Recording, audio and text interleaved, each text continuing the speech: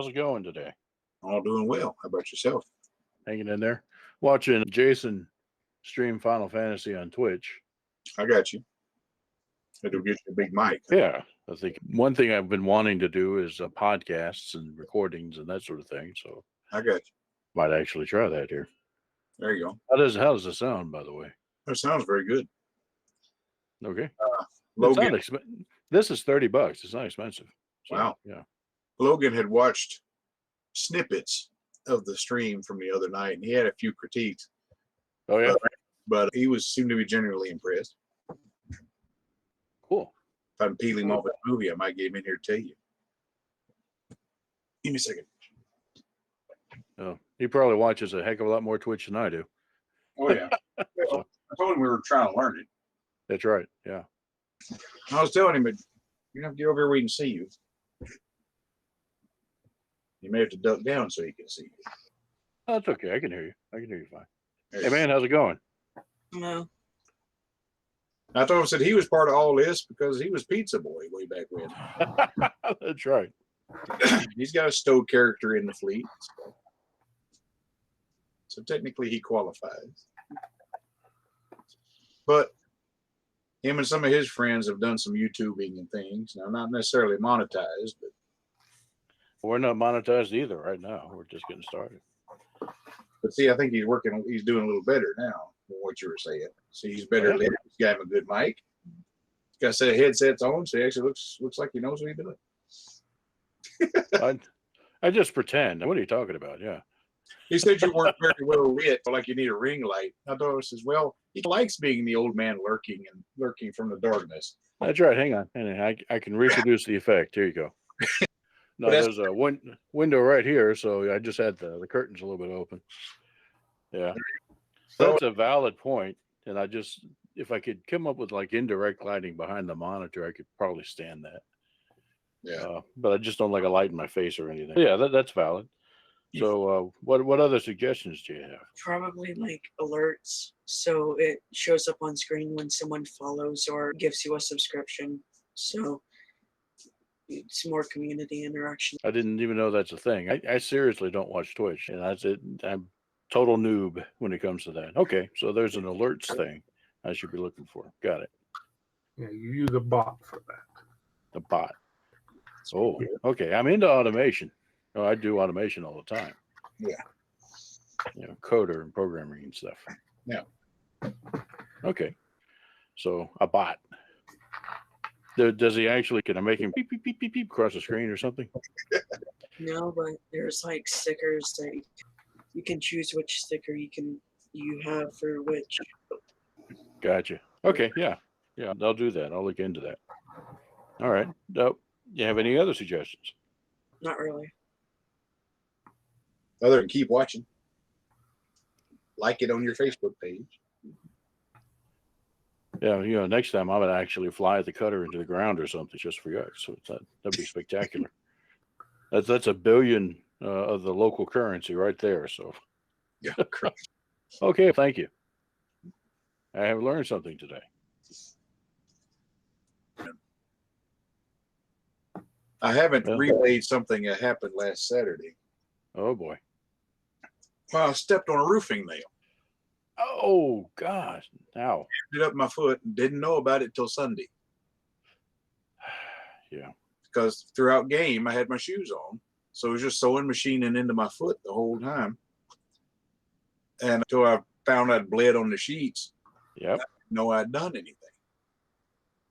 And we've been doing battle with that thing all week. Is the main thing to avoid is infection. So, correct. Yeah. So how you doing? It's okay so far.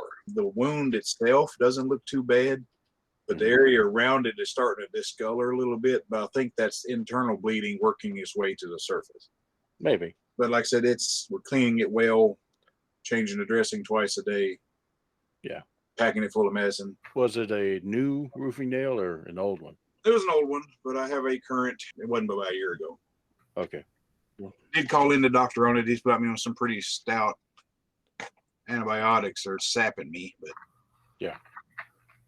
Okay. Sounds like you're doing everything you can. That sucks. Yeah. Chris just standing on me about it. Well, You know? you couldn't have. Well, I can't see it. I have to have her help.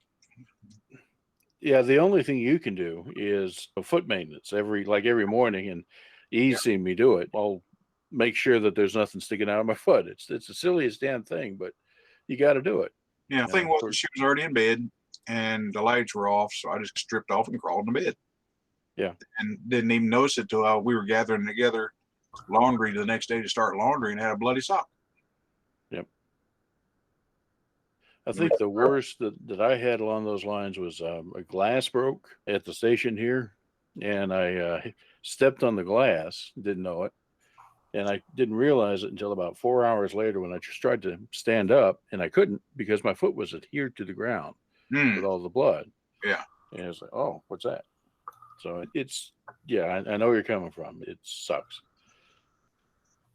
I haven't had a great deal of discomfort from it because I can't feel it. But other things have been acting like it's hurting. You know, the top of my foot was very swollen Tuesday and Wednesday, and by Thursday the antibiotics were starting to kick in a little bit. And Wednesday was a very upright, move fast kind of day in that big plant I was talking about in Manchester. Yeah. Thursday was a little calmer. I pulled out a little early. Yesterday was a good day, but it still wasn't the same marathon running on your feet kind of day. I still spent 4 hours in the truck. Yeah. It is a concern. Yeah, it should be. Yeah. I thought I would share since you guys keep up with things like that. Try to make sure we take care of each other. Yeah. Geez. Like I said, it just floored me. I had no inkling. Yeah. And that's, yeah, I know what you mean. And the thing about that is I only check once a day. Yeah. But as you point out, it could happen and hours go by and you know, the only way you notice because of something like the sock. Yeah. Yeah. Yeah. It's just part of it now. Yeah. Oh yeah, they're talking about lighting for Seraph. So he's got similar problem that I have with that thing Wednesday. Howdy Neff, how's it going? Not bad. How are you? All right. Watching Seraph's stream here, and it's pretty cool. It's pretty cool to watch 14. I like his tiny round circle self Yeah. camera. I wonder if that's something you can do with the. I'll look. I do too. I like that. It's much less obtrusive than the huge "you're here" sort of camera. Exactly. Yeah. So many people I watch stream, they cover up things I try to see. Move your head. I can't read. Yeah, he's moving right along. He's got himself a plan and is executing with gusto. Although there is perhaps a problem with paying attention to his environment sometimes. But as he said, he's multitasking. It's a lot harder when you're trying to stream. So good. This is good stuff. Let me see here. Peg is still indisposed this evening. Yes, he is supposed to be back Monday. We'll be back at the office on Tuesday. Then I think he has the following Saturday available, but I will not see him until Wednesday. Okay, we can figure out what, if anything, he wants to do in that time. Let me. Let's put it this way: if he's not prepared, I will be. I'm not, but I will be. Got it. Close that. It's light. The sun's coming through leaves outside. One of my. I'm polka dot. The dinosaur rice. Dropped some of it on the floor just now. It's eating leftovers. Turned out to be chicken was the dinosaur. So. Oh, Velociraptor. That's right. Not nearly quite as bad as we were thinking. I was hoping it was rice this big, but no, it was. It turned out not to be so. Well. Oh, hang on. I need to. All right, there we go. Yeah, Sarah's still finding his way around there. Let me see if I can pull up on mine. What game was on the docket for the evening? It is Traveler. Howdy, Stephen. Greetings. Oh, Steve, you're exceedingly green today. Well, very good, very good. That's all you want us? I think that's putting up too high. It's like you just jumped out of the water at us. Sure. Okay. Yeah, that'll work. All right. Sorry about that. Oh, thank you, whoever is sharing your square there. Screen That there. would be me. Excellent. All right. So I'm gonna throw you a curveball, maybe. We're switching scenes. Okay. When last we left our heroes, you had. I'll switch over to that real quick. You'd managed to gather everybody together aboard the Gazelle and pulled alongside the Gabriel Maw and are in the process of trying to make that work. And that will be the subject of a future game. Instead, tonight, it's time to pull out those other characters of yours. There you go. And we're going to travel back to Rithipal Landing. So, that means we're talking about Sid. That's the big ex-gunner guy of Stevens. And Janice, which was Samuel's sister for E. And John Blackridge. Yep. For C. And I don't think we ever actually had an alternate character for Bitterman. But in the interest of progress, let's just say that keep using Bitterman and we'll call him a different name temporarily. Just another scout that's hanging out in Rithipal Landing that happens to know these folks. Throw a name at me. Let me think on it. Bob. Yeah. Okay, We Mr. already Think have on a it. Bob. It's true, Okay. we do. Yeah, that's right. Yeah. Let's do a PG show. I tried, man. I tried. Bob is capitals, B-O-B with, and my old 5th edition character was B-O-U-G-H-B, also pronounced Bob. Otherwise, we're being recorded for all this, right? Yeah. Bob, we are. Bob, you are. Okay, so he's thinking of it. Okay, so here we go. That's This nice. is what we're going to use for Rithipal Landing. As we've discussed in the past, Rithipal is in modern day American terms a small town. Yeah. A total population of about 10,000 people. They are not all crammed together. As you'll notice by the map, there are extensive farmlands that extend out for miles beyond the town proper. But the center of culture, learning, the military, the starport, all are here at Rithipal Landing. Now, let me point out a few key features. The administrative buildings are all kind of downtown, where you see me pinging, hopefully. That's where you see the tallest building, and that's the building where the council meets. So any of that action's happening here. Over here, you have, let's see, what they call Cassenbaugh Gardens. It's a park that's been set up. You remember Lady Cassenbaugh, or rather Duchess Cassenbaugh, in her honor. And it's grown to be quite an extensive array of local plant life. And you'll get the odd fauna in there too, but it's rigorously patrolled, so nothing dangerous. Down here is the starport and the military base. It's on this small, actually artificial island that's been built out from the Jennings Peninsula here. So anytime you see ships coming and going, that's it. Rithipal herself is further out in the lake, so that's not on the map. It's quite a ways out there with that To the light. south? Say what? Is that to the south? Yeah, yes, sir. Yeah. Where the okay. Yeah, if you followed, let me pull up a line here. This line south, for about a mile, you'd come across the Rithipal. And she's parked in the Okay. lake like she has been for decades.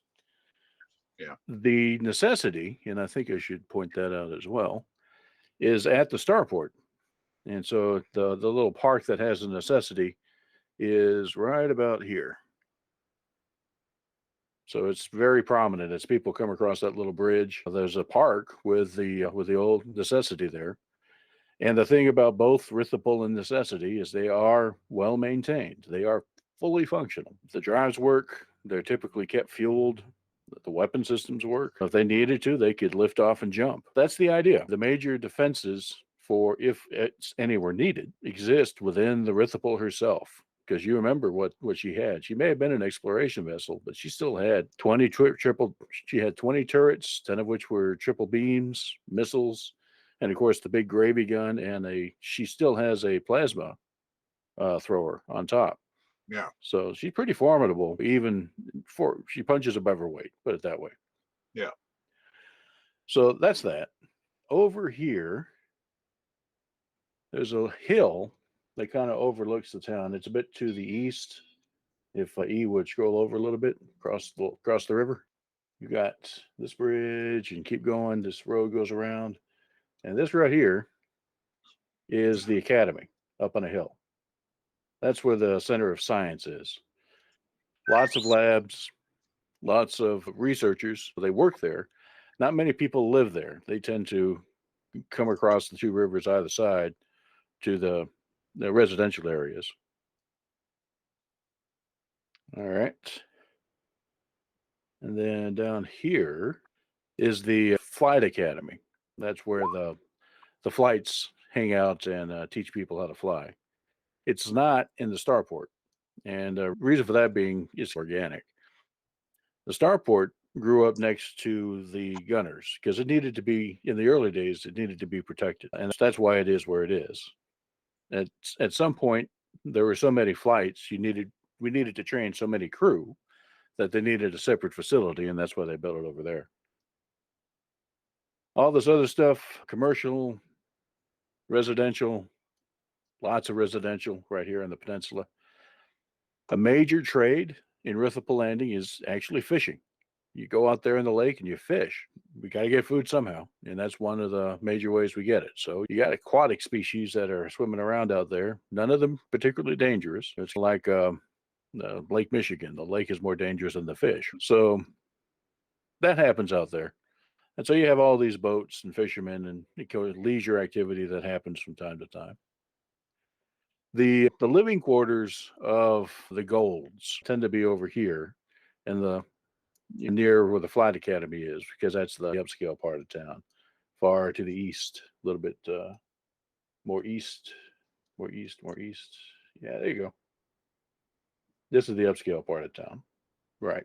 So that means like Blackridge. This is where your house in town would be because you're a fairly wealthy fellow, right? That's where Pops's house is. I live on his yacht. Pops's house is, let's see, I had a place for it. Yeah, Back. way up here. It's a little bit, it's near town, but it's up on a hill overlooking it, and I'm pinging it. It's to the northeast. So it'll be up and to the right. And you'll see where I'm pinging it. Yeah, but and that's all the Blackridge estate, all of that together. Like you go down, you have river access. Current character's been living on his boat.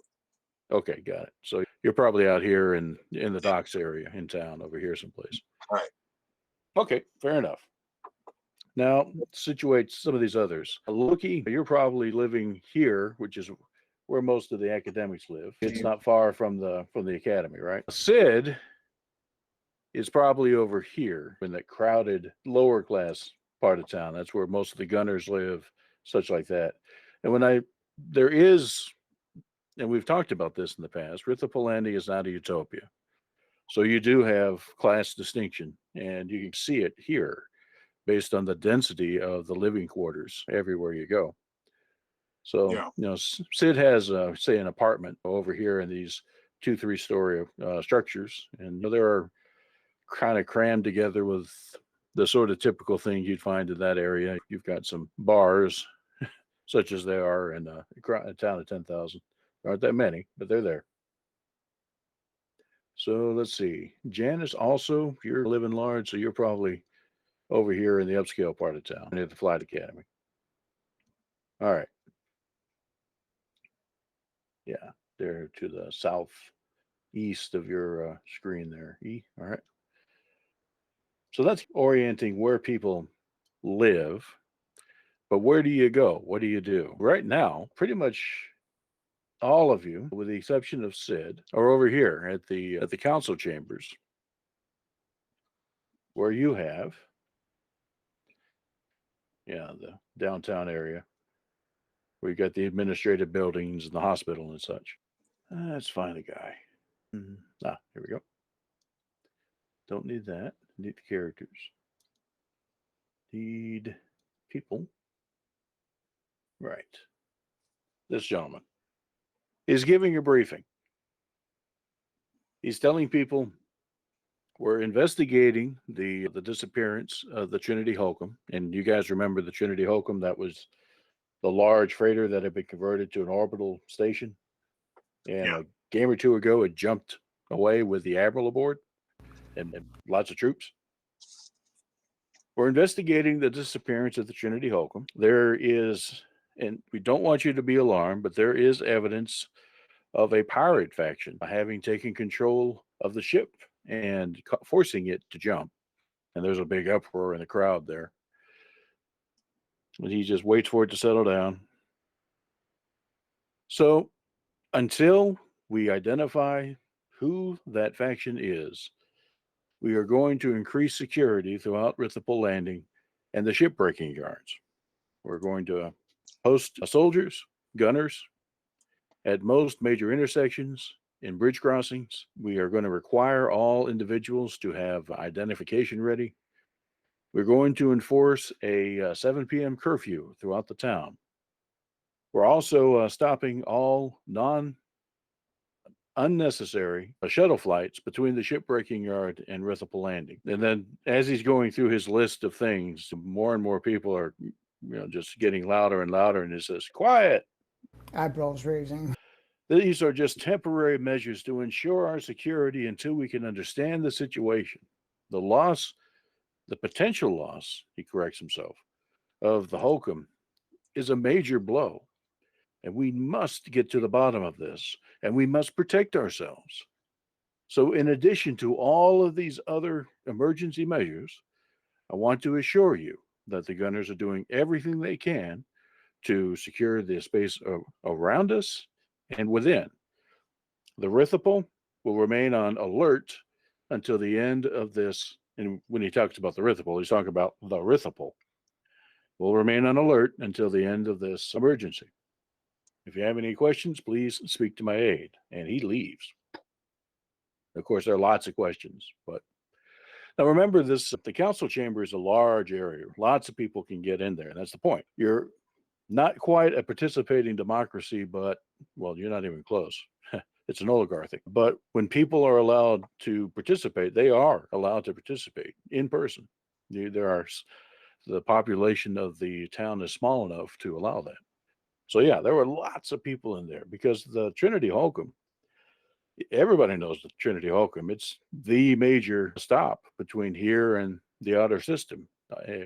Without that, there are lots of ships that are stranded. They can't get fuel. They might need parts, supplies, people. There are lots of people aboard the ship, probably a couple of hundred. So it's a big deal right now. And now you've got this guy who's apparently taken over from the Admiral, who was aboard the Holcomb at the time, laying down these emergency measures. The council itself, nowhere in sight. All right. So we'll start with, let's see, John and Janice, who bore witness to this speech, caught up in the crowd just for convenience to each other. It's a pretty small town. So it's not too much of a stretch. Bump into each other on the way out of the council chamber. Lots of people grumbling as they spread out into the streets. But you notice as soon as you go outside, it's what he said is true. There are more gunners on the streets than there were when you walked in. So it's as though he took the opportunity for people to be in one place at one time to implement these security measures. Yeah. That was quick. That was quick. Papers, please. Now, boss insists. So sure enough, yeah, that's the reaction you get. And you're right. Most of them do. Yeah. Again, it's a small town. Most of these folks. Roll an intelligence check with these characters. Okay. Let me get caught up here. Let me get on the right screen. Oh, okay. These are the fancy rolls. I see. Good. Both of you notice as you're making your way out from the city center, It's a bit of a struggle. Mind you, there you don't have vehicles really in town. You know, Yeah. there might be something like a bicycle or that sort of thing, but you don't have cars. It's not big enough. The only ground vehicles that you really have are the ones that are for the farms that are meant to bring in food or haul supplies, utility vehicles but they tend Yeah. not to come inside town. And they're The point I further wanted to out. make there, that's right. The point I want to make is that walking around town is just that. It's a walking town. So as you're leaving the city center, you get papers, please, several times on your way. At the point that you're about to go your separate ways, Janice across the bridge to the right side of town, and you hanging a right down to the docks, you both realize one of the guards you don't know. It's an Aslan, dressed identically to everybody else here. A low-ranking guy. See, he stays in the background. He's just there with a rifle, but you don't know him, and he strikes you. It's like I thought I knew just about everybody that was in the gunner, at least the ones that hung out here at the city center.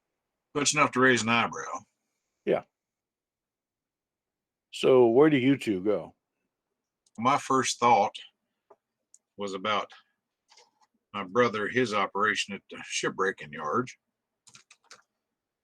That tends to be where I go a lot of times, kind of thing, because I Exactly. kind of freelance around to try to see if they're going to start scheduling shuttles so we know which one to get.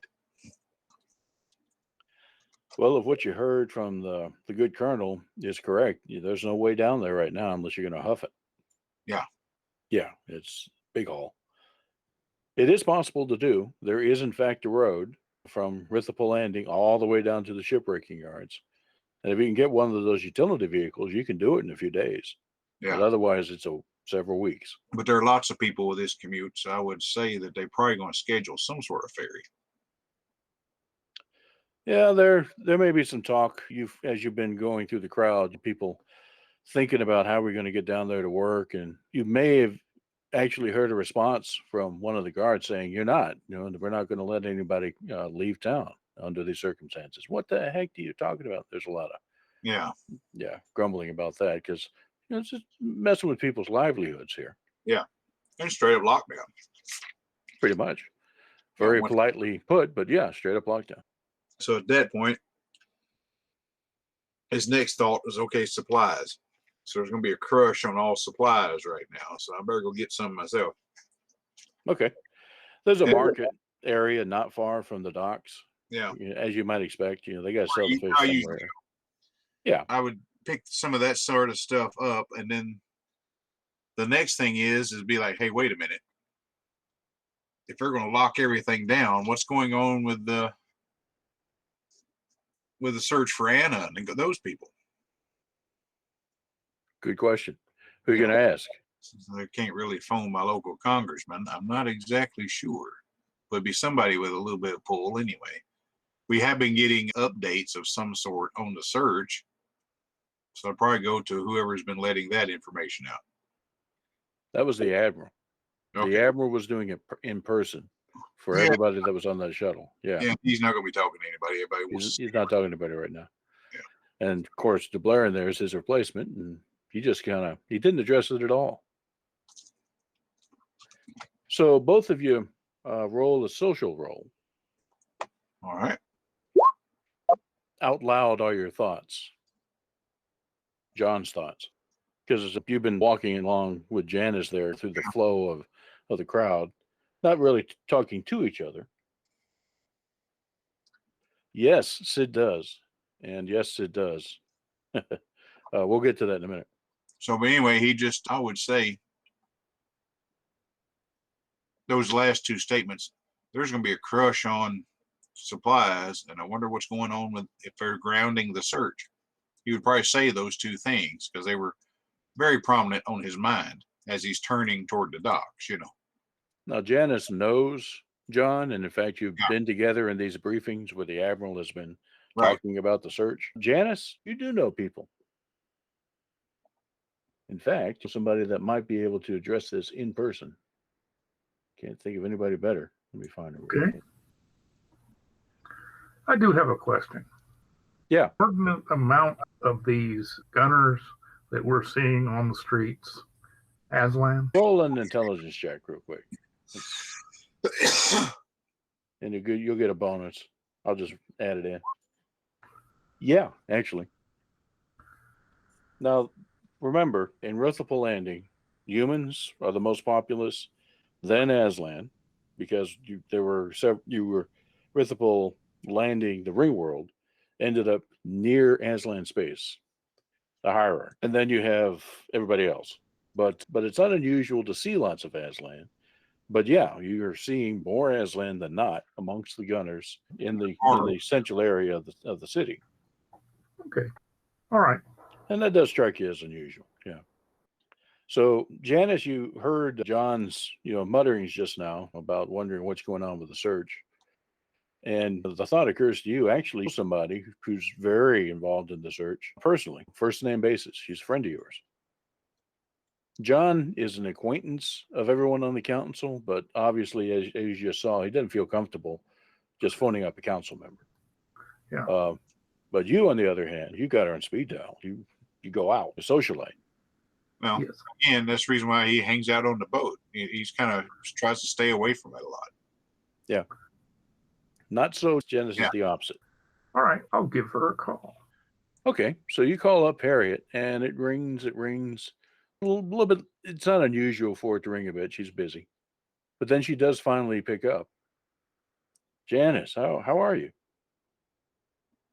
I'm doing okay. How are you doing? Well, that's sigh. Yeah. Obviously not good. I wish I could talk more about it. Roll an intelligence check, Janice. And actually, since it's probably essentially on speakerphone, John as well. Okay. Hey, Bosh, on our plans for Friday. Yeah. Oh yeah, it sure does. I think you're probably better off just staying home. And Janice, you picked this up. John, you can't hear the conversation clearly enough with all the other noise. Yeah. But you recognize the sounds of the forest. She's not in town. Wherever she is, she's not in town right now. She goes on to say that just some small talk about family, and she anticipates your question. She says, I don't know, given the developments with the Trinity Holcomb, whether we're going to be able to focus on the search for the folks that were downed in that shuttle pod. But I promise you, I'm going to try to keep it going no matter what. And there it is. Yeah, there obviously some decision's been made to backseat that. Okay, well, I just wanted to check up on you. As you're about to disconnect, Harriet suddenly says, wait, Janice, hold on. Can you come to Cassenbau real quick? And when she says that, you know what she's talking about, that Cassenbau Gardens, the park that's off to the west. And there's somebody here I'd like you to meet. Sure. Okay. Sure, I can do that. And as a matter of fact, you are not. Just a couple of blocks. Okay. So, John, you're going to go with Janice to visit Harriet there? I'll ask, like, what's up? Where are you going? I'm Since going I'm to here. go visit my friend Harriet. Mind if I come with? I could use a little news myself. I don't mind. You don't think she will? I'll stay home if you. No, she'd be fine with it. Okay. All right. That's cool. Maybe we can get some sort of news as to what's going on, because I don't think we got the whole story. Okay. So you two turn right around and head back towards the city center with an eye towards getting towards Cassenbau. Yeah. Now, Neff, have you thought of a name other than Bob? His name is Ron Maddox. Ron. Didn't he pitch for the Braves? No, Ron means joy and Maddox means fortune. So he's Joyous Fortune. We He has can a only twin hope. brother named Isaac, but Isaac doesn't go by his name. Got it. Take notes. Ron Maddox, not Isaac. Okay. Yeah, it's up above. Oh, good. Okay. Sid, Yes. you're getting news. You weren't there at this big meeting downtown. You were You've got other things you do. You work at the dock sometimes. You're doing odd jobs. Right, right. You're the first that you got news of all of this happening. You noticed a few gunners filtering in, and that's not unusual. Maybe there's something going down that they're taking care of. It's if there's a rough part of town down near the docks is it. But see, you're right here, not far actually from John's boat. And you turn the corner and you see this gentleman being thrown out from the second story of a local store. That's a bit of a fall. So Oh, Ron, shit. not Oh, Isaac, make a dexterity roll. Oh, nice. So Hey, the buddy, you gentleman, okay? what's that? Yeah. He manages to land, roll, and is obviously in some pain, but otherwise not majorly harmed. So Sid, what do you do? Draw my gun and look up. Okay, we're not waiting for anything. Keep gun low, but look up and see what was going on. Why somebody would throw somebody out, and see if they're coming after him.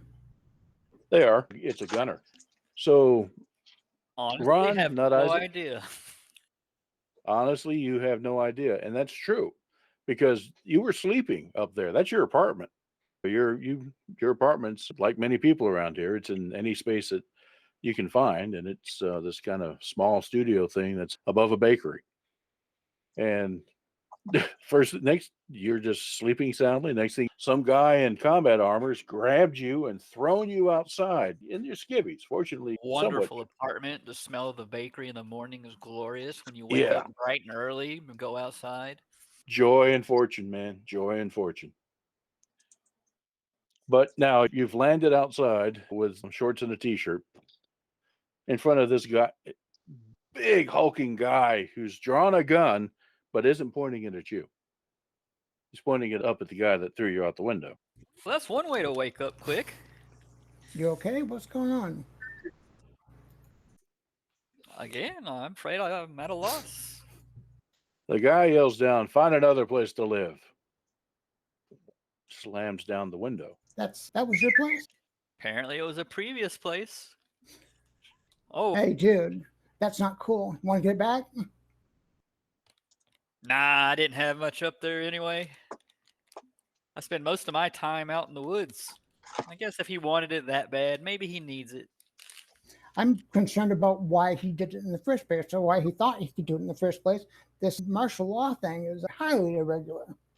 Sid, you notice, and you don't have to roll for it. Your gunner experience fills you in what's going on. They've set up an observation post right there, and you can see why. It has excellent view of the docks area from here. And you also notice that there are several other people that are being kicked out of area of apartments and buildings adjacent to this one. So they're basically carving themselves out a post. All right. I'm gonna get under cover so I'm not out in the view of everybody. Say, hey guy, let's get over here. And I'm gonna call up somebody to see if I can find out what's going on. And Ron is just basically, you still got stars and birds spinning around in your vision. You're like, okay, what? You're very disoriented right now. The sun is much brighter than you remember. Normally you're wearing sunglasses. Okay, so who do you call? Lance. Probably a news reporter or somebody who does something along those lines. Okay, your contact. Just a contact, yeah. Let's see here. You had a note real quick. Let me look at your character sheet because you did a good job of putting all that in there. I see the mishap. I know who your rival is. And your contact. There you go. I see it. It was a life event. Yeah, it didn't really specify, did it? No. All right, roll 1d6. Let's see what you get. There's my mouse. Okay. Let's say your contact's actually an academic. Works. Up and coming scientist that you saved one day. So you call up your scientist friend and roll another d6. We're determining characteristics as we go here. Where's my mouse? I'm making you have to fish for your mouse every time. Okay. And another 1d6. Oh, okay. a drone, which is one of the rarer things to find on Rithipol. So a tech drone. Cool. Yeah. he So likes range. yeah. Yes. What is it? What is it? Kind of rapid fire talking. Man, this is going to hell. There are martial law. What's this? And they just kicked a guy, threw him out the window of his own apartment, and set up a post. They're Gunners. searching all the labs. They've taken all the academics and they've gathered us in the center of the quads. And gunners are in the labs right now. Damn it. History repeating itself. He's over at the academy. As he says, he's with a whole bunch of other academics that have been rounded up and are under guard as their labs are being searched. I'll see if I can head that way. I'm not sure. There are a lot of gunners. What are they after? I do not know. Yeah, this is. What are you going to do about this guy that all he has to his name is a shirt and shorts and a bleary-eyed expression? Ron's brushing his hands and knees off. He's doing a few stretches. Looks over at this other gentleman. Say hi. Here, have a towel. That was actually timely. Rent was due tomorrow, and I didn't have it. I should probably head to the office, though. I'm a scout. Do you know where the office is? Do I know where the office is? Yes, the scouts tend to go to the flight academy. So that's way across town. I heard you asking someone where to go. You can come with me if you want. Yeah. Let's go. I'll go with you. I've got a friend at the science complex, Mhm. and I bet you I'm monitoring his condition. So let's go. All right. So you start up the street there, and you come to. Not going to run you into it. You can figure out how you want to handle it. But the first checkpoint, you've got a couple of gunners there, and you see them checking everyone's ID. There seems to be an obvious problem with that at this point. Sid, you have your ID. Maddox does not. Dude, we should have gotten your stuff. I could have gotten in trouble, but we really should have gotten your stuff. I'm sure they'll give me another ID at the office. I wouldn't worry about it. So Ron, roll an intelligence check. And this is one of those things that it doesn't matter whether you win or lose. You're gonna come out on top. That's just the Ron way. Okay. If there's some problem going through town and going all the way around the bridges and the land path, you turn around. You remember this town. You grew up here. You could swim across the bay to get there. It's not that far. Yeah, there's always more than one way to get somewhere. Yeah, because look at this. It's only a football field and change from the edge of the peninsula over to the flight academy. And as long as you're happy with where you are, you can always get where you're going. What vehicle options are there that are land and water capable? There are many varieties of boats. You have fishing vessels. They tend not to be too terribly large, upwards between 50 and 100 feet. Lots of leisure craft, think speedboats. Lots of houseboats, which can move, but typically don't want to. Do they have single person things that you can rent? Oh, sure. They've got plenty of, little single or dualies. There's floating a all over wonderful the place. paddleboard vendor down the road here. Complete with a swan and everything. I was thinking about something a little faster than that, but yeah, that'll do. Okay. So you backtrack and you head back down to the docks. There are goons at the docks as well. Checking ID of people that come and go. Which is actually quite the holdup because these are fishermen and they don't like it. And so these goons have much more resistance than others that you've seen and having a little bit of trouble handling the crowd. Who looks to be in charge of the gunners in this area? There are only two, at this particular dock. That's the idea. Yeah. They're so overwhelmed by the fishermen that are like, hey, we've got our catch rotting on the ship and you check bleeps are sitting here in front of us. We need to get over there. The monger, he's waiting for us. There's lots of shouting going on. I'm gonna see if I can escort Ron here over to the side, one of these kiosks, and hide in the crowd. You don't hide in the crowd, but then again, the crowd, it's almost impossible to be noticed. So you do manage to get to an area where you can get the place where, and we were talking about paddle boats as a joke. It's something like that. You can rent recreational craft for the day. The guy that normally hangs out here that handles that isn't here. He's over there with a crowd yelling at the gunners because they're keeping his customers away, except for you two. He doesn't notice you, though. Well, Ron wasn't talking about paddle boats. He was talking about paddle boards. He likes to swim out onto the ocean area where there's big waves, and if you stand up on it, you Dude. can ride the wave back to the shore. It's pretty fun. It's Kawascoucha. All right. Hey, at this point, anything that floats. How about those right there? Little speedboat. And you can just Oh, yeah. put your crit shit in there and off you go. And you're legal even. Perfect. I even pay for the insurance.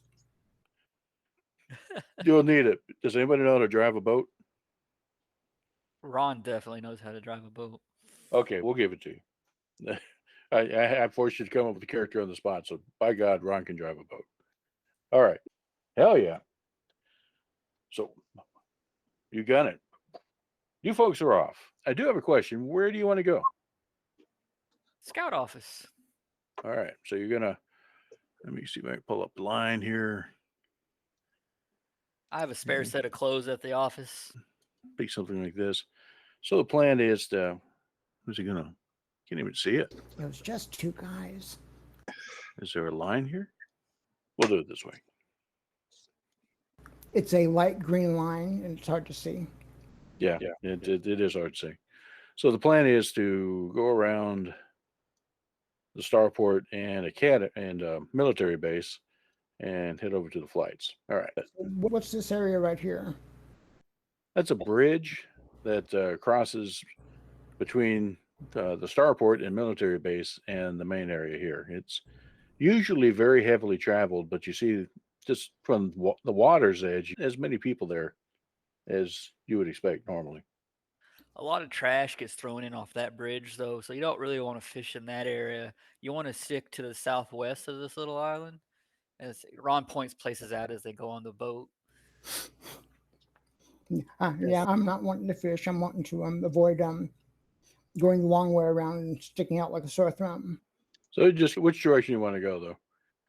You go around, or you try to go under that bridge? Yeah, under the bridge. Okay, we'll get back to you guys. What page? Oh, okay. I see what happened there. All right. So we're gonna put you there. All right. I say we go under the bridge, but Ron's driving, so Yeah, that'll be important in a moment.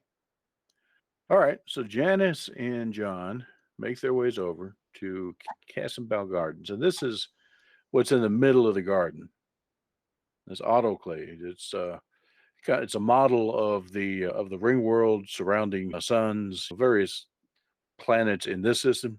You've seen something similar when it comes to the Earth and the Moon going around, so in a mechanical fashion. And there are statues here and there to the Duchess and some other folks. Typically, basically everybody who was part of the original crew of the Rithipal has a statue around here somewhere. So as you walk in, you notice that first off, you didn't have any trouble getting here. In fact, the last pair of gunner guards that you saw at the entrance to the gardens here didn't even ask for your ID. They weren't looking at you. They glanced at you and looked past you and weighed you in real quick. So a little bit of different behavior from those guards as the others that you've been coming across. And a fairly common thing that you find in the gardens, it's one of those armadillo rabbit guys. They're not dangerous. They just hang out. So it doesn't look at you as you walk in.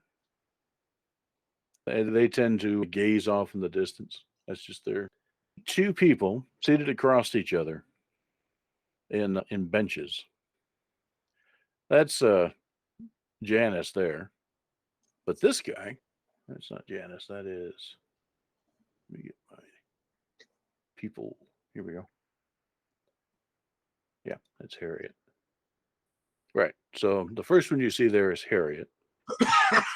The second one, apparently much older, but also someone that you know, is this gentleman. It's a who's who meeting here. Harriet is the leader of the Pilots Guild, and Stannis there is the leader of the decks. And if you remember, when there was a vote, they were voting on Emmerich's proposal to take a ship and go back and figure out what was going on in the Old Imperium. It was ultimately voted down. But one of the council members that voted in favor of it was, to everyone's surprise, Stannis Mile. He's a long-term thinker. He doesn't just think about the immediate needs, what's going to get me through day to day. He was thinking about the fate of the children of this generation and the next generation. If we don't find out, what will their lives be like? You remember that his little speech that he gave, and it's odd. What are the two of them doing here? Because they usually don't have much in common. Harriet sees Janice and is about to wave you over, but then sees John there. And then she looks over at Stannis Mile. Stannis kind of turns around in his seat and nods. Harriet waves you both over. I guess I was waiting on that. Okay. So hold on. I guess I need to put you on the right map, don't I? All right. So we'll get you guys over to these two. They were having a conversation. They continue it as you approach. And what is Agatha going to do about it? Stannis Mile says, Harriet, she's too distracted with what's going on with her son right now. I don't think she even knows that this has happened. How can she not? He is the one filtering information to her. I tried to get in to talk to her about this, and I wasn't allowed past the guards. And meanwhile, we're left to rot. Then Harry just nods. They look up at the two of you two as you approach, and Harriet nods at Janice and at John. Mr. Blackridge. I wasn't expecting you. Now, if I'm imposing on something, I'll certainly back away. But I couldn't help but hear you guys discussing Agus's son. It looks like she's not going to get any more news from it because they pretty much shut down the search, from what I understand. That is correct, Stannis Mile says. They've not only shut down the search, they've shut down our ability to influence whether they're searching or not. This is more than just It's starting more and more to appear like a coup. the two of them look at each other, kind of uncertainly. Oh, we're all thinking it. Stannis nods. Yes, we're thinking it very loudly. Are you sure the two of you want to get involved in this? We want answers. That's the only way to get them. I'm afraid everything else is being suppressed in their own homes. And at this point, if anything untoward happens, well, we're already involved in this, and I'd like to know what's going on rather than just be bewildered as to why they're putting a bag over my head in the middle of the night. It hasn't come to that yet, Harriet says, but Stannis says it will. I never dreamed that it would come to this, but here we are. And to think it all started with the noblest of intentions. And Stannis actually smiles at you at that. Harriet, I can't think of, they're going to come for us, and very soon. Stannis nods. And for the sake of our people, we had best cooperate. But then he turns to the two of you. Can't necessarily say conformity is in my family traits. That actually gets a smile from Stannis. Yeah. I knew your father pretty well. I would say you're right. Harriet, I think we have to trust them. And there's really only one card that we have in the time that we have. I've never, I know you have it. You would be wise to never let it leave you. In fact, that's why they're going to come for us. Harriet looks at the ground. She nods. She looks up at Janice. We've known each other our whole lives.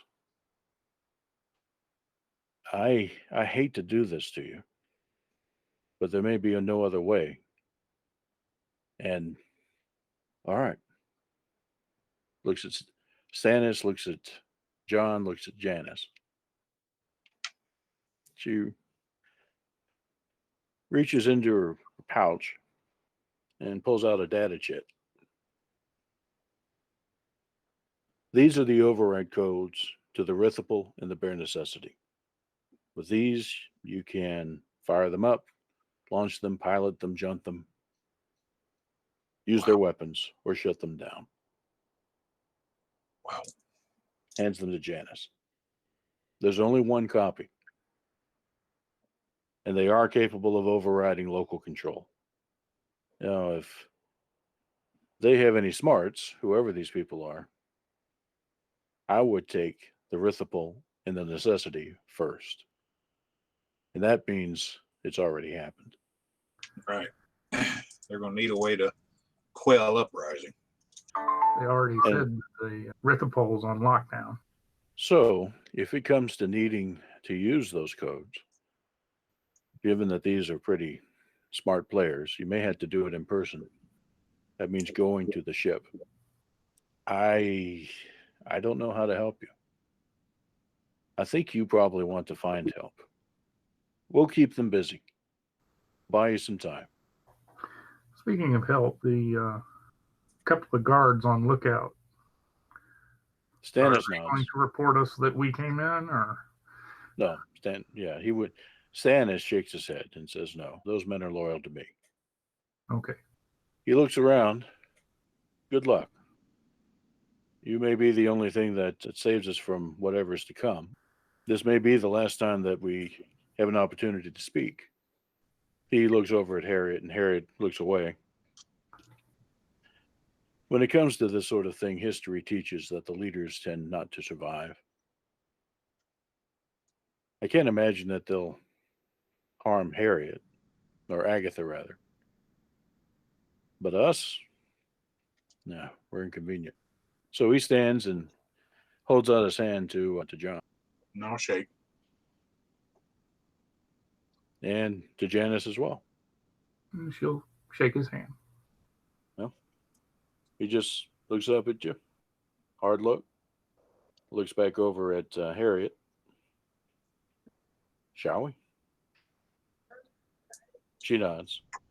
And the two of them head back out the way you came in, leaving you alone in the park. I may have a way of getting us to the Rithipol if we have to. There is a little small launch on the yacht. You mean the one that Sid just took? No, sorry. Yeah, probably. That would be my luck. Roll a d6. This is the override code. I don't know very much about what to override with them. I got a clue. I'm an engineer, remember? I guess that means we need to get over there. We don't know when things are happening. All right. So that's what just went down up here. Now, meanwhile, let's see. Ron, not Isaac, and Sid are motoring around just offshore, trying to head for that bridge. And it's about the time that you get here that you realize, okay, the bridge might be problematic because there aren't as many people crossing it, but there are a lot of guards on either side. Yeah, I like to stick to the open waters. It's nice. You got the breeze through your hair. You can really open it up and just cruise. As you will. Okay. Ron, not Isaac, turns the boat around, starts heading out into the bay. All right. So roll an intelligence check. Oh boy. Oh, Wow, there that it is. view is awesome. It is. It's a gorgeous day out. So you're motoring along and kind of moving around your first turn there. Ooh, I saw a turtle over here the other day. It might still be there if we're lucky. Oh, here it is. So as you're admiring the turtle of whatever sort of lineage it has, you do hear a sound. Yeah, Sid knows the sound when he looks over his shoulder, and there's a Nova. It's coming in behind the boat. Just wave at him. Hey! It is one of ours, yeah. So you hear this voice booming from the Nova. Stop the boat. Okay. Says the guy right. standing in nothing but shorts and a t-shirt, looking very unmenacing. Yes.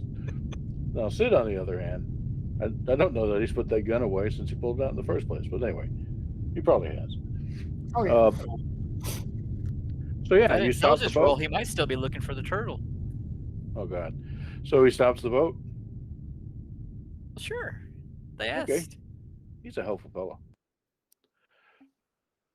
So the gunship kind of pilots its way in front of the boat, just hovering about 40, 50 feet over the water. You see them level the gun at you. It's like, that's totally unnecessary. But all you have to do is point the damn thing at us and it'll sink the boat. You don't have to shoot. Come on. Well, no, they So- usually use those to sight so they can see better. They're not planning on shooting us. It's like how you use a scope to just see the birds in the trees. You don't want to hurt the birds. Do you remember it's a multi-barrel Vulcan that they have on these Novas, right? You both see the barrel begin to spin up. Dude, forward fast. Reaches up and hits the throttle. Boats don't go that fast, but okay. Oh, okay. So You can't outrace a You know, going to them, getting out of the getting under it. So it has to move faster than the barrel can pan. Is what I'm trying. try to get out of the way. Okay. So roll your piloting skill there. Was Sid taking over? Is that what's happening? No, Sid reached forward and hit the throttle, and just to get us moving. And says, "So what do you do?" He's just going to go straight right now. He's not doing the handlebars. He just hit the throttle and backed up. Yeah, Nova is, not a stationary object. So what is Ron doing? Ron's very confused because he doesn't understand why anything would be going on right now. Exactly. I agree with you. Hey, that spinning thing, that's the death barrel. Well, yeah, they use that to defend us from bad things, man. It's pointed at us. Maybe they think something bad's behind us. What's behind us? That's why we're moving. That makes sense. You can cut to the Nova. They're up there, and the gunner has gotten the order to fire from the commander, and he's seriously on a dinghy. Follow your orders, yes, sir. And he engages the weapon, and then he sees you two arguing. Somebody hits the throttle, which makes perfect sense. But then Ron's there. Like, what? Come on! And he looks behind. There's something threatening behind them. And the I'm guy, looking for like a big dragon coming out of the water or something. yeah, there he is. Let's check on something real quick. Yeah. The gunner looks over at the commander, says, "Sir, that's Ron Mannix. I know him."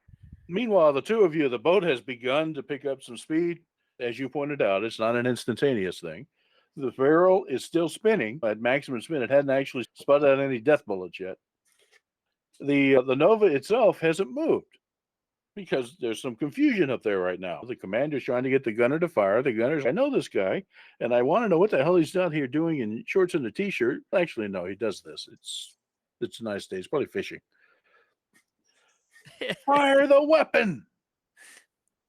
So it finally goes off. Oh yeah, I've got a sound effect for that, don't I? I may not have it handy. Oh yeah, right. Yeah, right. Ron may be a very short-lived character. The sounds of thing, which is not really what one of those Vulcans sounds like, but that's what I have. The impact of the shells and the water behind the boat is so forceful that the waves push the boat over and capsize it. And now instead of hearing that nice sound, you're hearing it muffled underwater. The two of you roll a swimming check or dex if you don't have it. Will survival work? That's not good. Okay. So here's what happens. Sid The grabs firing hold of- stops, and you can't see that what's happened above you is once they focus again on this huge explosion of water, and all they see is really nothing left of the boat because it's been pushed away quite a bit. They come to the conclusion that mission successful and the Nova moves off. Meanwhile, under the boat, Sid comes up and in that little air cavity created by a capsized, two-seater. But then you look around, hey, yo, Ron, where are you? And you see him swimming the wrong direction towards the bottom. Yeah, Sid, you'll get him. Sid is going to Go get him. Okay, do that survival one more time. Good enough. Okay, so Ron, you finally come up into a dark place, but there's air. What was that? Why would a Nova shoot on a little boat? I do not know, but it did. Wait a minute. Who are you? I'm the guy who you almost fell on. Sure, but I don't think they're shooting at me. And he backs away a little bit. What did you do, bro? What did you do? You did point a pistol at him. They normally don't send Novas after people that do that, but yeah, you. Oh my! Sid is having trouble breathing right now. Yes, and but then what did you do? Because it wasn't me. And he flashes water at the guy. Come on, let's get out of here. And wants to move the boat with the boat up capsized still.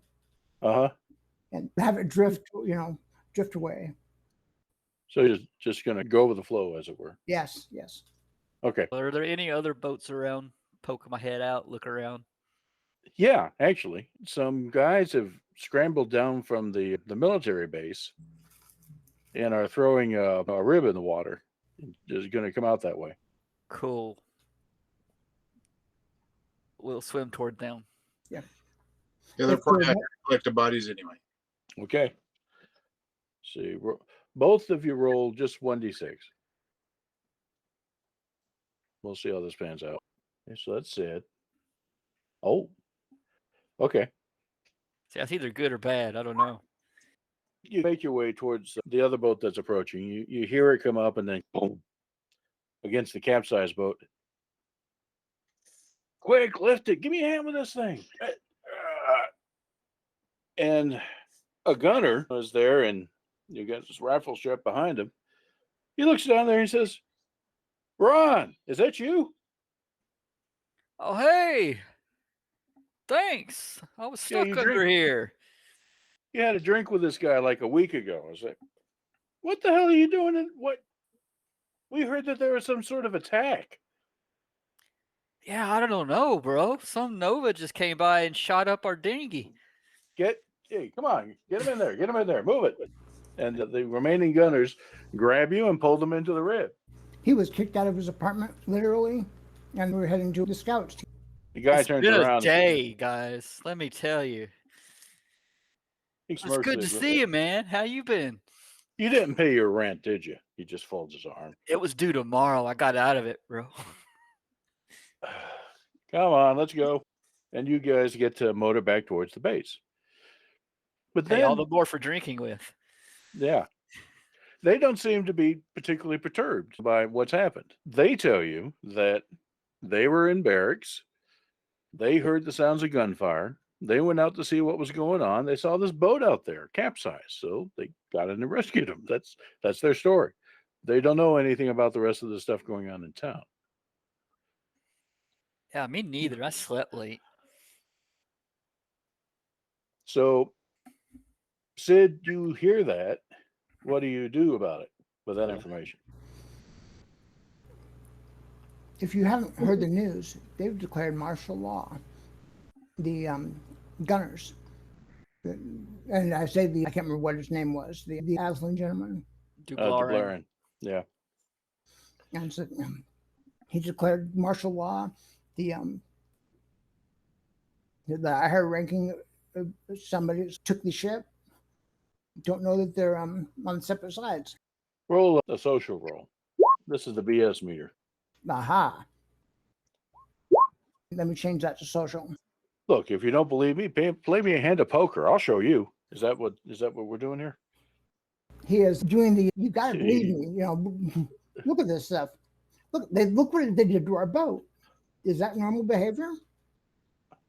For Nova, they don't believe. No, they're not believing it until that same Nova shoots at another boat across the lake, and they I all asked see you. it happen. Is that normal behavior?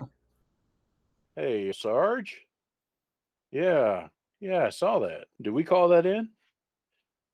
And he reaches for his radio, but then looks at the two of you. Let's go talk to the LT. Takes his hand off the radio. All right. So you two get drug up to shore at the base of the military base, and they do have a way for you to get in there. Come on, let's get these two in there. Let's get them dried off. What the hell happened out there, Sarge? Damn if I know. It's like the end of the world. Go get the LT. And the sergeant, who was your drinking buddy, by the way, Ron, kind of marches off. Everybody else is talking to themselves. What's going on out there? Ron's like, let me tell you what I saw, you know, and starts talking to all of them. Let's see how this plays out. And the two of you make intelligence checks. Ron may have embellished the story a little bit, talking about how he saw the bullets coming and he started dodging them, Matrix style. I was totally like, whoa, and just. They know Ron, or at least the sergeant does. The others, there might be a private in there. It's like, really? So, about 5 minutes later, a gentleman walks in full combat armor. You see that from time to time in a military base. Not under these circumstances, it's a bit of a shock. And then the same gentleman points his weapon in the general direction of the group of gunners there. Hand him over.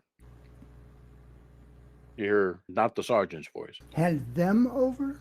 Yeah, referring to you and Ron there. Is there some problem? One of the privates asked. Don't ask questions. Just do what you're told. Are we in trouble? Not if you do what you're told. Now just step away and hand those two prisoners over. Prisoners? They were just in a boat. Shut up and hand them over now. The guy takes a step into the room. I think this is a case of mistaken identity, guys. Don't worry. We'll clear this all up quickly. Okay. And how do you do that? Who do you think you're talking to? No, really. Who do you think you're talking to? You, Isaac. Dude, that's my brother. What? I'm Ron. And the guy talks into his helmet radio for a moment. My brother do something stupid again? He's always causing me problems, yo. Look, we got to be safe about this. Yeah, if that's not you, we apologize. But look, we just can't take any chances. So come on peacefully. As you say, we'll get this all straightened out. Not a problem. Happy to help. And that's when the sergeant comes up behind him and goes and knocks him on the floor. There's a brief struggle, and the guy with combat armor is disarmed. His helmet removed. He's an Aslan. And promptly knocked out by a stunner in the face. Well, that's one way to resolve it, I guess. The sergeant says, all right, all of you, follow me. Follow him. Yes. And you got to wonder at this point, what the hell did Isaac do?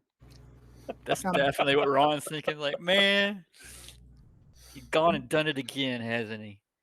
What kind of weapon did the Aslan have? ACR standard kit. All right, I now have an ACR standard kit. There you go. So switching back to our other two hero here. So the garden is yours. How do you want to get out of? Not the way we came in. Yeah, not the way you came in. That's probably wise. All right. So there is a main road to the north. If you hit that road and go east, you go into the outskirts of the city towards downtown. If you head west, you're leaving towards farmland. I say let's go see if we can rent us a vehicle at the farm. Okay. That way we can get back across town fairly quickly. So you're headed up to the farm here. Yeah, see if we can beg, borrow, steal a vehicle. Now, the farm, as described before, indeed has some vehicles. They're utility vehicles. Let's see if they have anything that you might find. I was thinking like a gator or something like that, a golf cart, or something that would get us across town. Yeah, they have a few like that because the farmlands around there are so large. Very relatively few people dealing with it. Both of you roll social rolls. All right. And if you have any sort of role that you want to apply towards convincing someone to help you, like persuade or that sort of thing, that would be appropriate. Oh yeah. Good Lord. Hell, the guy's got the keys already in his hand, reaching out towards you even before you walk up there. So here, take it. It doesn't take much to convince him to lend you one of his smaller vehicles, because frankly, and by the way, there are no guards here. Yeah. It seems that they've all been called into town, and there's also no foot traffic out here because the people that are out here have the good sense not to try to get into town. We tell him what's going on in town. And he didn't know. Yeah. That's another thing about this. Yeah, the information has been. But yeah, hearing what you had to say, he believes you because he can see for himself. He's seen a couple of Nova gunships out there shooting at fishing vessels. Yeah. This is just crazy stuff going on. So if you need this vehicle, go ahead. He's perfectly willing to let you have it, and ideally bring it back. But if not, All right. yeah, he understands. We'll do the best. So where do you want to head? You are here, and you have a little small ATV type vehicle. Yeah. And it's electric powered. It'll basically get you anywhere you want to go in town, except going through town has some obvious challenges. So anyway, we talked with Janice. Is there anything you need to get? Oh, I can't remember. Janice lives way over to the east. Not really. Across there. Yeah. And of course, the boat's here. And the Black Ridge estate is in the northeast. It's actually fairly remote, up a hill overlooking the town. Well, I was thinking heading toward the docks where we could maybe get out to the boat. So Where do you think the yacht would actually be? Think it'd be up at the estate or down here or what? I think it'd be in town. Yeah, that's where I was pointing at before. But I'm pointing that you have several places where there are boats tied up, all the way around this ring area, this harbor. The problem with you taking a boat is it's nice and clear and flat and calm. And you guys have seen and heard what's going on with the Novas too. So, Right. Now, my thought was to go this way, toward the, I don't know if it shows up on your screen or not. But yeah, we can see it. And then proceed on toward the docks off of that road best we could. All right. Because they are tied up down here. Like I said, maybe I won't run into a whole lot of resistance till we get down here where I'm docked. I'm worried about resistance once we get out into the bay.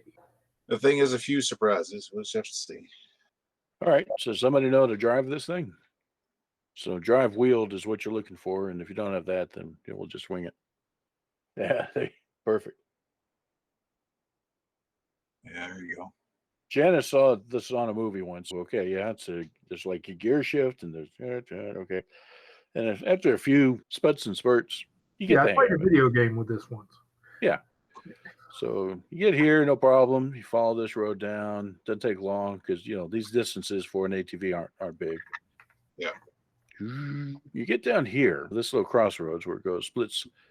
You have a Y, and you can look back towards town. You can't see around the curve to know, what there is, but this way does look clear, and so too down here looks clear. Yeah. So which direction you want to go? That's good. That's good. Yeah. I'm probably going to suggest going this way because, with all the gunfire over the water, open water might not be the best in the world. I'm just trying to get where I can get to my equipment. Mm-hmm. Okay. Janice agree. Janice is driving. All right. So you go this way. And you get to this curb and kind of lean around. And it does look clear up to the next Y. Yeah. Okay. So you're going to continue? Yep. Okay. So you're driving along. You're not seeing anybody on the streets or around the buildings, which is really unusual. You get to about here, and yeah, now there's definitely a checkpoint. Not far away, probably about a couple 100 feet. Well, we're returning to my point of shelter, so maybe flashing my ID will get us through. All right. You want to stick in the vehicle or? Yeah, we might as well.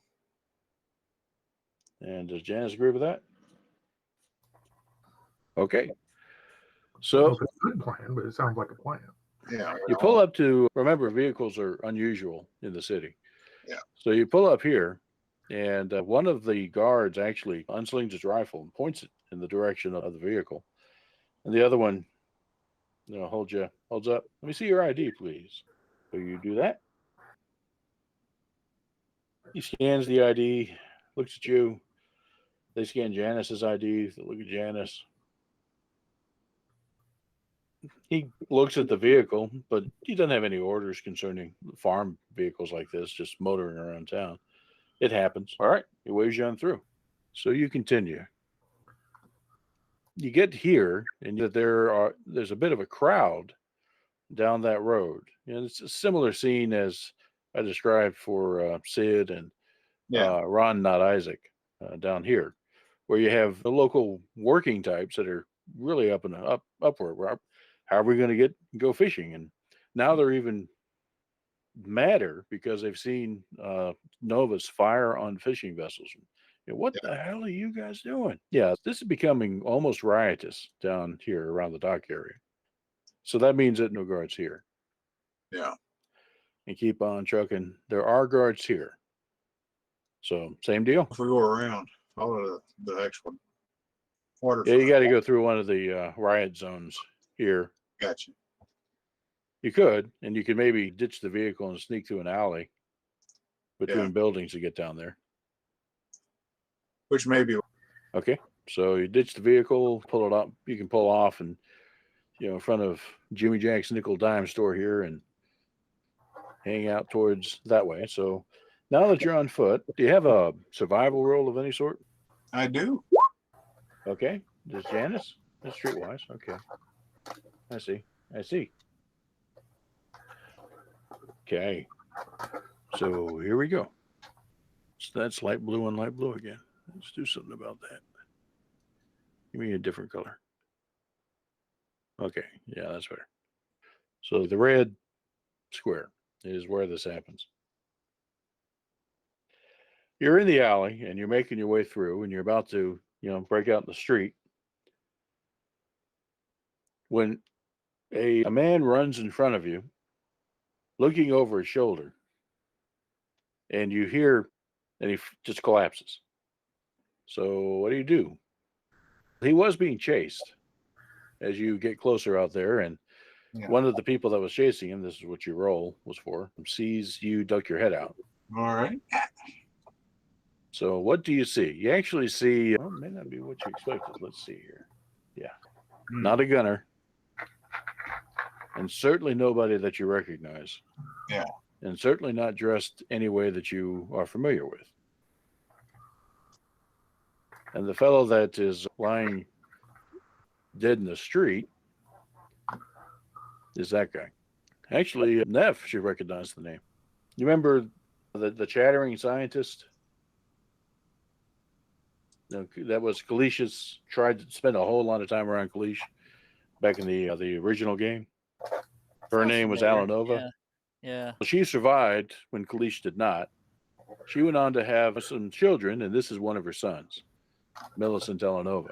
And unfortunately, the son has now expired due to this other gentleman. So Toro doesn't hesitate, sees the two of you, and swings that weapon in your direction. Dude got one on him. Roll 1d6. And same for Janice. John did not. Janice did not. Janice may have a small blade because that's would be perfectly in character. And John, you have some tools, but you don't necessarily have a weapon. This is Rithapal Landing. It's been at peace for 80 plus years. You just don't carry them on the street. That's right. That's why he's trying to get back to the damn boat. Melee and a thrown weapon aren't the same thing. You could try it. It's what you got. All right. Here goes nothing. See if I can't beat him with a screwdriver. Nope. Actually, but you just. All right, Janice, we'll give you a shot at attempting to do something. Small blade, just a regular blade. If it looks like he's obviously going to come and Oh, he's seen you. shoot. He certainly is. It's what looks like it is a slug thrower of some sort. I guess That's I'm the bringing a person. knife to a gunfight. Yeah, that's what I was looking at too. Second roll sword. Oh, Wow. yeah. Oh, you nailed him.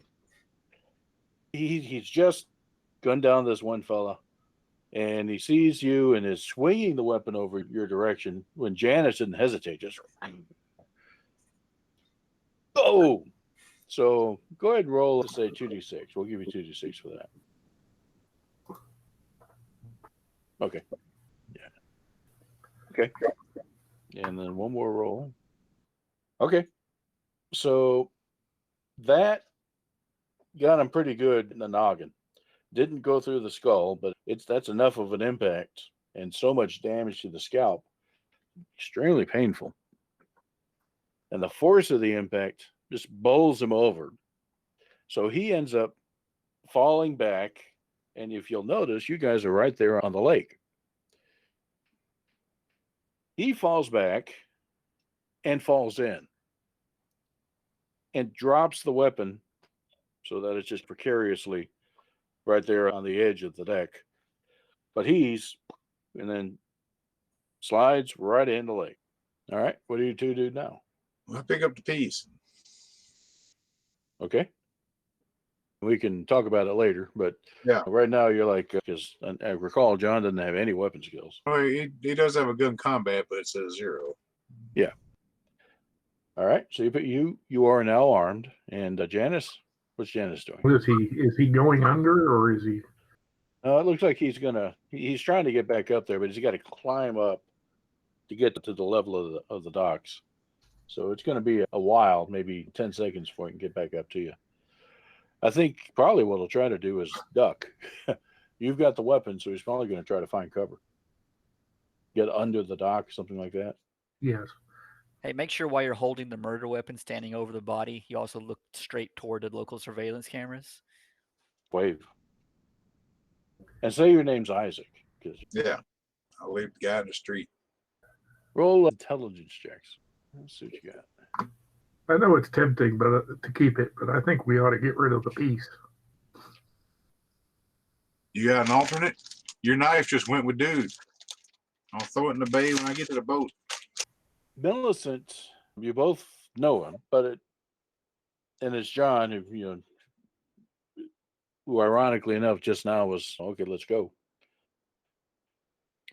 He was the museum curator. I see. So the academics, they have a museum, and in the museum is where they put the most interesting finds from the ships that you've salvaged. Among them, innumerable ancient artifacts. if there was ever an expert on what's in that museum and what it's for and all that, it was this guy. They may have an access card we need because we might need to get on a museum out in the middle of the bay. So you do want to search him real quick? Yeah. All right, do so. I'll be real- Let's see there. Let's see what you got here. I don't have a search. Yeah, I think just an intel check would be I sufficient. got investigate. Up, hey, perfect. Yeah, do that. All right, and Janice, everybody has investigate. Perfect. All right, I'm rolling on, but they waited. yeah. All right, let me find them. Yeah, you do find some access cards on this person among ID and such that indeed may be useful later, and that's what John pulls out of that. But Janice finds he was also carrying a bag, small, hidden under a vest. Yeah, I'm trying to find the appropriate. Yeah, I'll just describe it to you. So, look in the bag, and there's just a collection of stuff. Most of it makes no sense, just odd shapes and sizes. Clearly, they're ancient artifacts. The notable ones, there are 3 1-inch diameter cylinders that are about 8 inches long. They're rather shiny. Neither of you know what those are. We'll let, what's that? Okay, look at that here in a moment. And neither of you sure, what that is. Janice, we'll give you a jack of all trades roll. That it would apply to historical oddities as well. You may have heard Millicent himself describe what that was. You see some small spherical things. There are 2 of those. You get an engineer roll on that, John. Yeah, and Janice, go ahead and roll another jack of all trades. Okay. The 2 small spherical objects were the cores of black globe generators. That's something. The 3 cylindrical objects are rounds.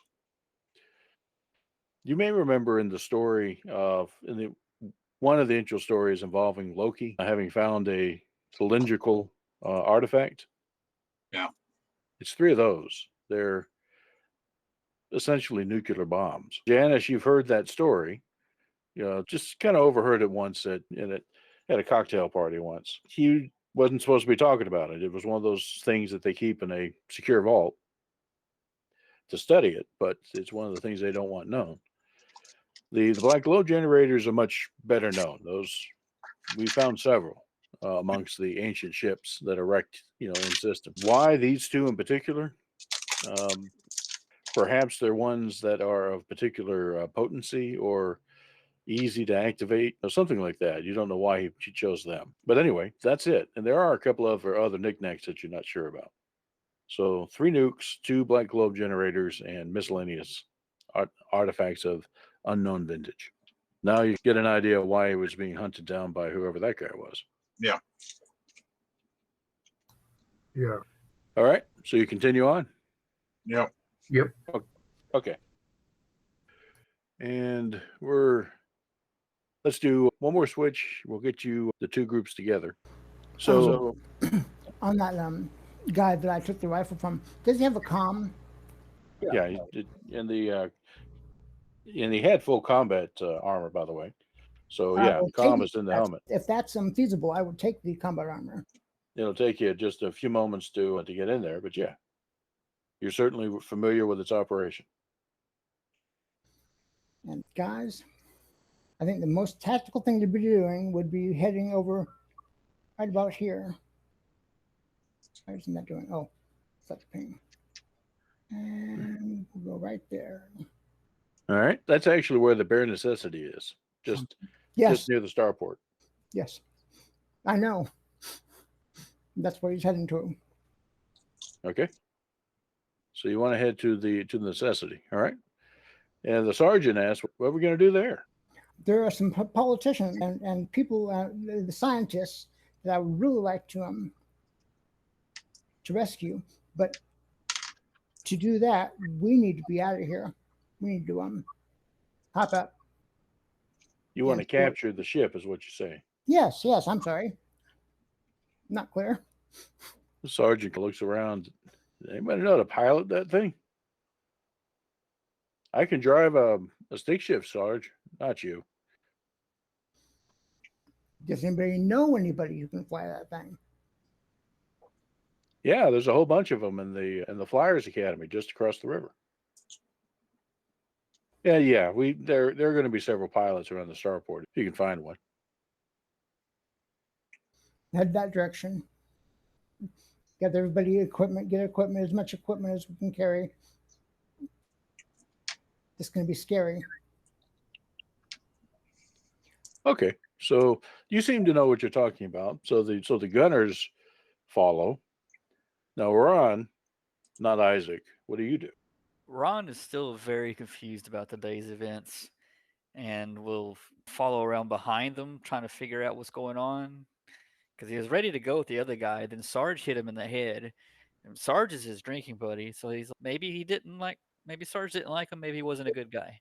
I don't know. How close is this place we're going to the scout headquarters? It's not. It's across the river. Again, you're back to swimming or boating, but it is a place that you're familiar with because the scouts spend time at the starport. Some of them learn to pilot. Scouts spend time at the academy. There are plenty of science interests in the scouting division. And then the scouts spend time at the pilots academy. So there's no a scout place. You spend time at all three. So you can't fly this, can you? He asks. Ron, not Isaac. Ron, yes, I'm a scout. I don't fly anything. that kind of scout. Gotcha. So Ron, not Isaac, roll 2d6. We're checking on kind of a fate dice thing. No, you don't have to fly anything. Yeah. Okay. High as possible and low as possible. That's right. Okay. You find out why the sergeant wasn't too enthused by the fellow that he just knocked out as you step over the body of a lieutenant who's been shot. Okay.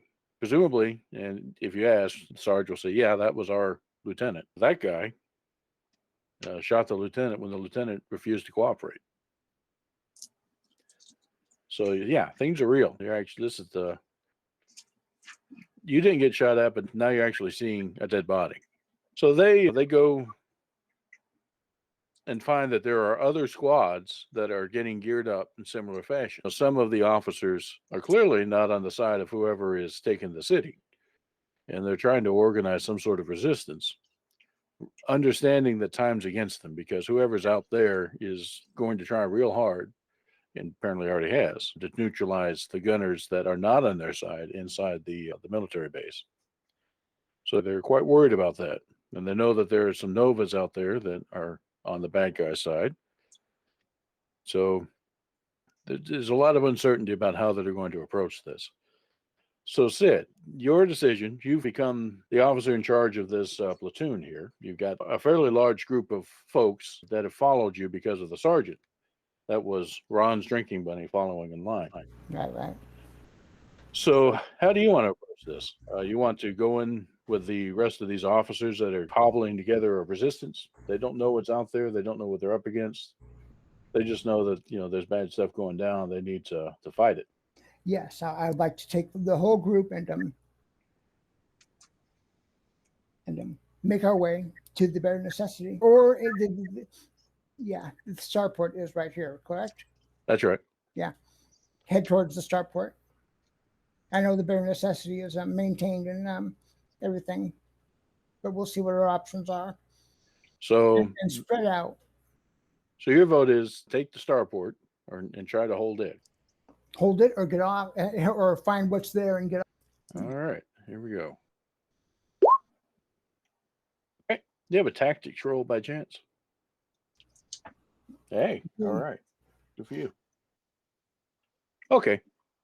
So it's pretty clear that the bad guys already have a pretty strong position right here.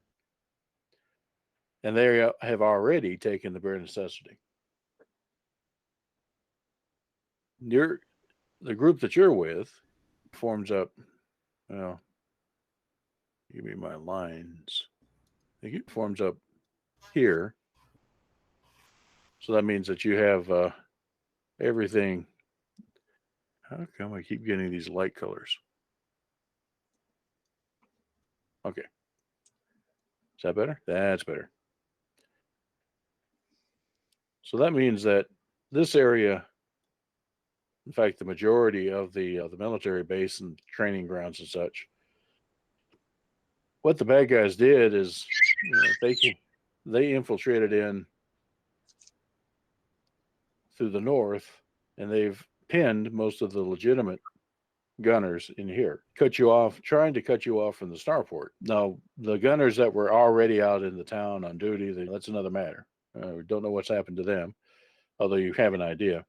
So, in order to get to the starport, you got to get through this to basically a kill zone right there that they've already set up, or find a way around.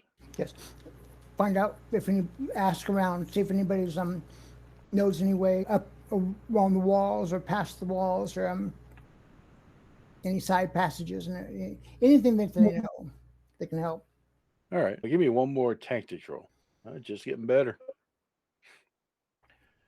Yeah, as a matter of fact, they have breakout plans. They have the ability to put some gunners in the water to get back to the peninsula here, and just as a contingency, in case they couldn't get over the bridge. They've got some boats, some transports, and they can gun it at speed up to the peninsula and then try to flank behind whoever's occupying the bridge. No one's ever thought that they'd actually had to do this for real, but they do have the capability. The plans have been in there for some time, which one of the officers points out, the bad guys probably know that we have those plans, so we need to be careful if you try to execute them. Where did you say my residence was? Right about here?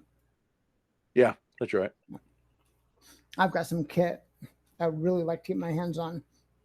But yeah, get together with people and find out, and how many people do we have? Probably about 250. Ooh, A bit more than the company's worth. awesome. Besides the sergeant, was there anybody else? Yeah, there are about 10 officers. Some of them are staff types, but most of them an instructor. Most of the instructors are NCOs. And that's the majority of the NCOs that you have, which means that they're older, more experienced. So that's actually a positive thing. But a lot of recruits, because this is where they were trained. So yeah, there's a lot of green here. Now you do have the senior officer or captain. His thinking is, yeah, we need to take the starport, but not necessarily right now on their terms. What I think we ought to do is try to draw them away from the starport. Leave a team here to take the opportunity to go for the necessity or the gate if it ever presents itself. But the majority of our forces, we need to get in the city. We need to mix it up there because that's where the people are under threat. Yep. Sounds good. And this plan, that we looked at just now, that's just no way that's going to work. Because if I were them, I'd already have a hell of a lot of troops right here waiting for us. So if we're going to do it, yeah, that's probably our best bet over the water. But we probably need to extend out a bit. Aim for there and aim for the flight academy. It's going to be fighting in the streets tonight. So he turns back to the officers and NCOs there, and you, Sid, and you, Ron, and it just asks, anybody have any better ideas? No, not really. He looks over at Ron and says, half the damn recruits are in the same. They didn't have the sense to put their pants on before they rushed out here with a rifle. He's in good company. Well, great. Give me a rifle. They do. Yeah, they don't hesitate. Ron's there. Yeah, Ron, not Isaac, wants a rifle. They'll give him a rifle. Just my rifle. Hey, is there any way we can send off a warning so people know things are going down? Because I don't see everybody in town being okay with this. They've been pretty much cut. But we do have something we can do along that, and that's a good thought. He turns to the sergeant. Flares. Lots of flares. I think people will know that's been a pre-agreed signal that if you see flares from the military base, there's stuff. Let's send out some flares. All right. So here's how that plays out. Janice and John make it down here past the mob that's now all but attacking the guards that were there because of the stuff that they've seen. Yeah. So yeah, you make it to the boat. As by the time you get to the boat, bunches of flares come up from the military base. But they sent up the flares after they sent off the gunners. They didn't want to draw attention to the fact that they're moving their troops until after the troops are moved. So that's why when you pull up to your boat and you go in there, the first thing is a bunch of gunners in kit getting off of their boat on the other side of your boat. Mm. And you see this one fella that looks like he knows what he's doing, followed by somebody who's clearly a sergeant who definitely knows what he's doing, followed by a guy who somehow has his t-shirt hanging out the armor. He didn't quite put the armor on and is still trying to figure out the rifle. That would be Sid and Ron Not Isaac and drinking buddy Sarge. I see. And Sid, you see a couple of civilians over there trying to get into this boat, and they freeze when they see you. What do you do about it? We're regulars. We're not with the shit that's coming down. Do you have a place to go? This is it. Oh. Got anything good in there? Not really. I got one thing. And he goes down in the cabin and comes back out with that lance. Oh, Janice. Janice would actually know what that is. Yeah. You know, you may have actually practiced with one before. It is a legendary item. Shiny. Yeah. What's that? Ron pulls the helmet off, says, "Hey, do you know who these guys are?" And yeah, as he pulls the helmet off, his t-shirt's hanging up through the part of the armor. He was in a hurry. Not shooting at us. Yeah. Don't know who they are, but they're not shooting at us. You were talking about these guys here, right? Yeah, the guy with that fancy lance. Yeah. It looks like you could kill everybody if somebody swung it right. Yeah. The damn yacht's called the Anne Catherine. It can't be more obvious. Dude, that is an awesome lance. You should see me with nunchucks. I'm really good. Mad skills. It's all right. What the hell's going on? Why is the army pulling up next to my boat? Now, as you can see, it's not just your boat. You see a whole bunch of folks getting off on boats all up and down the dock here. And another group that's heading up to where this other mob was doing its thing. Trying to find the boxes. Okay. All right. Well, I guess we get geared up out of what I have. We'll go along with it. Okay, perfect. Yeah, as long as Janice is good with it. You want to just stay here in the boat, or you want to go get in with this? Reclaim our homeland. Okay. That's where we'll pause it. Ron Isaac, I love it. Yeah. So now I have to figure out where Isaac is in all this. If you would let me get to the office, I would have explained it. You may get your chance. Then I'm curious how things are going to play out. You'll here. learn who Isaac is when we get to the office. Okay, fair enough. Fair enough. I understand. All right, good deal. Thanks. So next week, we're thinking Peg may be back. Yeah, it'll either be me or Peg. I'll confer with him, see what he wants to do. All right, fair enough. Okay, good deal. Because they may want to do something because he's home. Yeah, totally understandable. We'll find that out, and he and I will rock, paper, scissors about Wednesday or Thursday about what we're going to do. And that'll give me a day or two to hash out what. I know what has to happen. I just don't have any game tools to get it ready yet. What kind of armor was that, Matthew? So What kind of armor did I swipe? combat armor. Yeah, normal combat armor. The same as I have. I want to get home. Yeah, Get understood. my heavy Gauss rifle and my advanced combat armor. Oh yeah. Yeah, and it's not far. It's just 2-3 blocks. If you can make it through what is there. Because with this group of gunners making their way into the city from the shore, yeah, it's about to become real. Yeah. All right. Oh, I do have one question. Yeah. Important. Does anybody have anything that isn't these heels? It's a boat. Had them some flip flop. I hadn't heard some flip flops. That would be perfect. Yeah. She's a black sheep noble. Well, I'm married. I'm sure there's a pair of Uggs around here somewhere you can get around in. Crocs. She is a field researcher. She's probably got some boots of some sort. I don't think it much matters as long as you have that lance. Yeah. All right. Good deal. It does make for a little bit of show. Because 90% of the time it's just a mantelpiece. But So what is the saying? Walk stylishly and carry a sharp stick. something like that. Carry something that can decapitate everybody in the room. Yeah. Well, any questions? Sid is proficient and drooling over the lance. Matt's already thought about this. He gave me a map character already has the lance out. That's right. You're ready to go. Yeah. Ooh, a whole bunch of. Okay, I'll deal with that later. All right. Good show, gang. Guys, thank you. Yes, thank you very much. All You right. folks have a good evening, and we'll see you next time. All right. Have a good one. Catch you later. Take care.